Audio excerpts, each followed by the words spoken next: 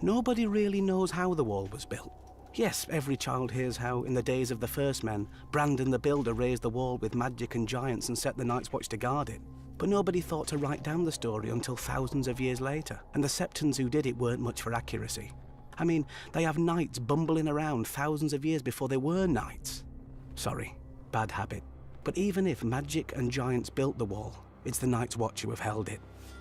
Our order of builders repairs the keeps and towers, digs tunnels, crushes stone for roads and footpaths, and clears away trees wherever the forest presses too close to the wall.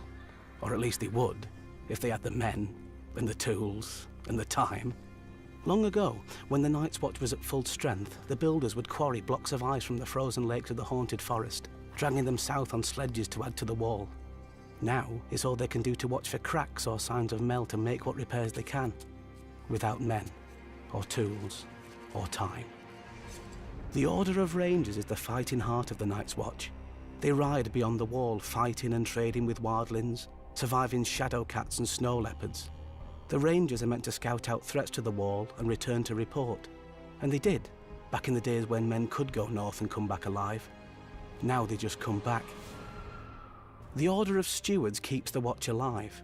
We hunt and farm, tend the horses, milk the cows, gather firewood, cook the meals and bring supplies from the south.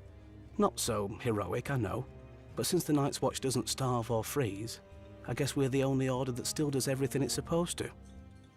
Without all of us guarding the wall together, well, it probably still wouldn't have ever fallen. Solid ice rising hundreds of feet into the air and running hundreds of miles to the sea. No army is smashing it anytime soon, which is why our enemies have never tried. Well, not directly. The brothers Gendel and Gorn, kings beyond the wall, went under the wall, through ancient caves buried deep in the earth. But on the way back they took a wrong turn and were lost in the darkness. People say that their children's children's children are still down there, looking for a way up, or for more food to find its way down. When our rangers found Arson Isaac's picking away at the wall, he was almost halfway through. The rangers decided not to disturb him and sealed the way behind him with ice and stone and snow. Some say if you press your ear flat to the wall, you can still hear Arson chipping away with his axe. 100 years ago, another king beyond the wall, Raymond Redbeard, realised the wall's size is both its greatest strength and its greatest weakness. He waited for our patrols to pass and then sent climbers to the now unguarded stretch of the wall. When they reached the top, they dropped ropes and ladders for thousands more wildlings to clamber up.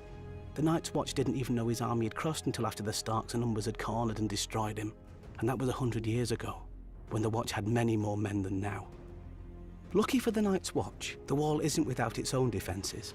Besides being incredibly tall and thick, the wall is also treacherous. Many times a patrol will find the broken corpses of wildlings who've tried to climb the wall, only for a piece of it to break off mid-climb, or to have their hold slip as the sun melted the ice just enough. When the light strikes the wall just right, it can even look like it's weeping. 1,000 years ago, the Night's Watch could have lined up shoulder to shoulder along the wall, all the way from Eastwatch by the Sea to the Shadow Tower, to meet Mance Rayder and his army. But now, Mance isn't bothering to find tunnels under the wall or climb over it. He was a sworn brother once. He knows that the glory of the Night's Watch is behind us. Mance is going to try what no man ever has. He's going to come through the wall. One day, I hope Maesters write stories about how we beat him back. Because if we don't, there may not be any more stories to write.